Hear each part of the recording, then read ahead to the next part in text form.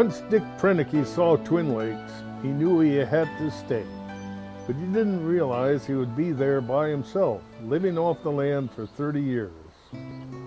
His writings and films record the details of his days and thoughtful reflections on his joy in the simplest of lifestyles.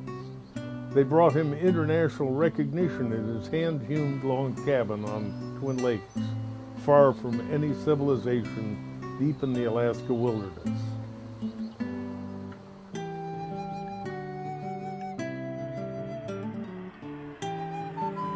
Dick Proenneke was my neighbor for over 30 years. Twin Lakes is about 40 air miles away from our Lake Clark home. Dick and I shared a love of Alaska, good conversation, and helping each other out when needed. Dick first saw Twin Lakes in 1962. In 1968, he built his cabin. In today's world of modern conveniences, he chose to live in the wilderness like the old-timers did, without benefit of electricity, running water, or other so-called necessities. Fortunately for us, he wrote in his journal every day of those 30 years. I'm going to share with you some of my favorite passages that I believe reveal how unique he really was.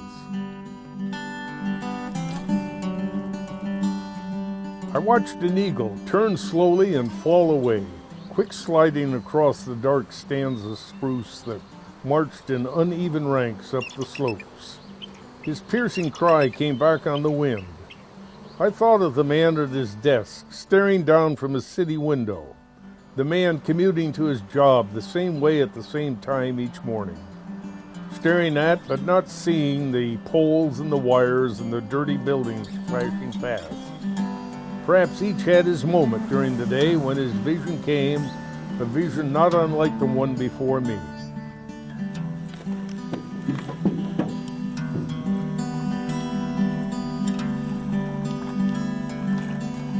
What was I capable of that I did not know of yet?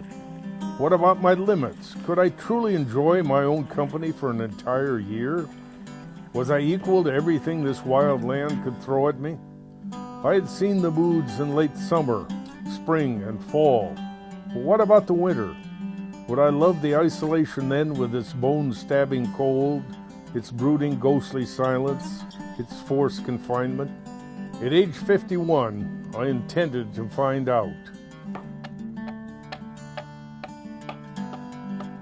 Could I really build a cabin with just hand tools to the standards I had set in my mind? The furniture, the doors, the windows. What was the best way to produce the needed boards? Would the tin gas cans serve as I hoped they would? Was the fireplace too ambitious a project? Put up the cache on its poles. Surely that must wait till next spring. The cabin had to be ready before summer's end. There were priorities to establish and deadlines to meet. I would need the extra daylight the summer would bring. The most exciting part of the whole venture was putting self-reliance on trial. Dick Proenneke served as a carpenter in the US Navy during World War II. After the war, he became a diesel mechanic, a welder, tended sheep, and eventually came to Alaska to start a cattle ranch. He ended up working as a heavy equipment operator on the naval base in Kodiak, Alaska. Also fished commercially. A serious injury to his eye encouraged him to build a cabin in the loveliness of the Twin Lakes area. If he lost his eyesight, he felt he would be consoled by memorable images of the beauty and grandeur of this special place. In his last years, age and ill health forced him to leave his cabin, moving to California to live with his brother.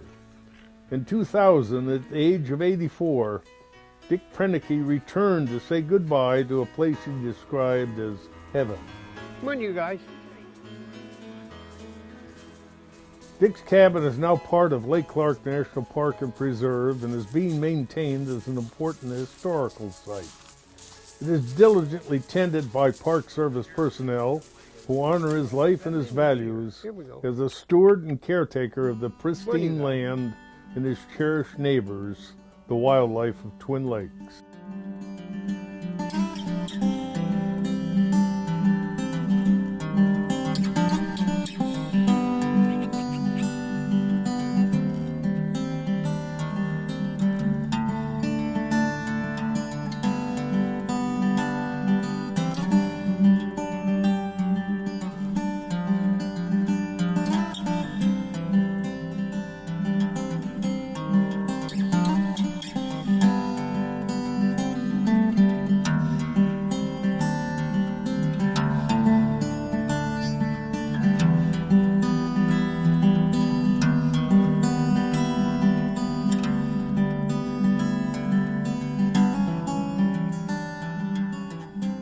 He welcomed the Park Service in kind of a difficult time across the state as the Park Service was establishing new Anilka parks, and he's worked harmoniously, and he understood the role that the Park Service plays in preservation of important natural and cultural sites for future generations of Americans.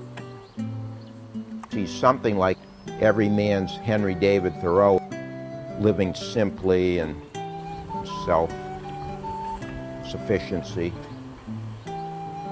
Every day after hours, in the evening, I would make a journal entry, and I had 6x9 notebooks, and over a period of 30 years, I accumulated 60 pounds of those journal notebooks. I do know that I carried a pedometer one whole year from daylight to dark, and it registered 3,081 miles. Needs, I guess that's what bothers so many folks. They keep expanding their needs until they are too dependent on too many things and too many other people. I wonder how many things in the average American home could be eliminated if the question were asked, must I really have this? Funny thing about comfort, most people don't work hard enough physically anymore, and comfort is not easy to find. It is surprising how comfortable a hard bunk can be after you've come down off a mountain. No worries about wildlife, that's for sure. Cow moose will give you more concern than a grizzly bear. She can make you wish you wasn't there. Did I ever carry a gun? A few times if I wasn't packing something else, but I would sooner pack a roll of film than a gun. I was basically born and raised there. I was born in 1964. And my grandfather, who I was living with, Babe Allsworth, was the person that would bring Dick his mail, and when Grandpa was coming up, we'd go out and get Dick a sack of potatoes or the rolled oats that he had ordered.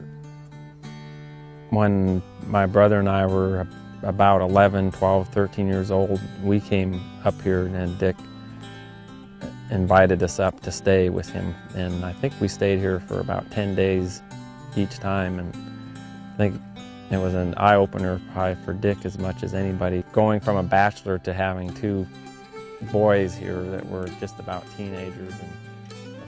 At last, Leon and Sig had arrived at Twin Lakes. Babe turned her around and tied the tail to a tree. Out came the little guys with their sleeping bags. When are we going to climb a mountain? How about Black Mountain? I don't think I can make it all the way to the top. Let's go back and try fishing. Will we see some sheep, and can we get real close? Questions, questions, questions. I had cooked a fresh kettle of beans early. It was noon Port Allsworth time. When do we eat? No eating till 12 Twin Lakes time. But they had to taste those beans. I was busy on the beach and could hear that lid carefully being replaced every few minutes. Much tasting going on in the cabin. As a kid, sometimes you might be picky in your food, but I never can remember him making a dish of something that, was always good. Sourdoughs, beans. We made ready to paddle down to Blueberry Hill for a better look. Leon on the paddle, and I was surprised how that little 10-year-old could stay at it. We would pick blueberries to have some topping for hotcakes. Eager little guys when it came to picking berries. Leon could keep up with me. Sig was slower and had to eat them from his pail. No eating from the pail, according to Leon. Nearly 2 gallons total when we worked our way out of blueberry country. And then I remember usually we were here in the fall and we'd pick blueberries and put them on his pancakes. And following spring, a sow bear came out with 2 cubs of that year, and he watched them for a while, and I guess these cubs were full of a lot of mischief, and so he named them Leon and Sig and after us. It had been a pretty good day. 15 sheep, mothers, fathers, and babies, 2 caribou bulls, and a big bear, plus 3 fish caught. All this would go into their journal in the morning as it was time to hit the hay. The little guys hadn't turned in 5 minutes until they were asleep. Distance is relative. A trip for me down to the lower end of the lower lake takes about 3 hours by canoe if I don't have a wind to fight. That's a distance of about 8.5 miles. With a motor on the canoe, I can make the trip in under an hour, but a motor's noise stills the sounds of the wilderness. If the weather turns sour, make your job fit the day. Grandmother Nature is in control, and you better just wait until she sees fit to give you the weather that is right for another job you have to do. Nature provides so many things if one has the eye to notice them. Several stumps with just the right flare gave me my wooden hinges. I realize that men working together can perform miracles, such as sending them to walk on the surface of the moon, but there's also a need for an individual sometime in his life to forget the world of parts and pieces and put something together on his own. If you don't need it to eat, well, don't kill it. That's what I thought. To me, it was just simple, living one day to the next, and that ain't hard to do.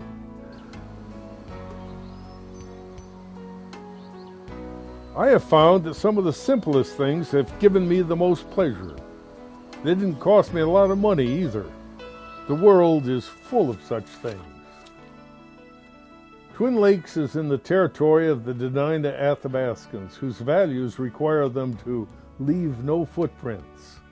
They were once called the strangers of the North because there was so little sign left of their being on the land. Dick Proenneke asks others to do likewise. Respect the land, the wildlife, and the cabin. Take care of it as though you carved it with your own hands.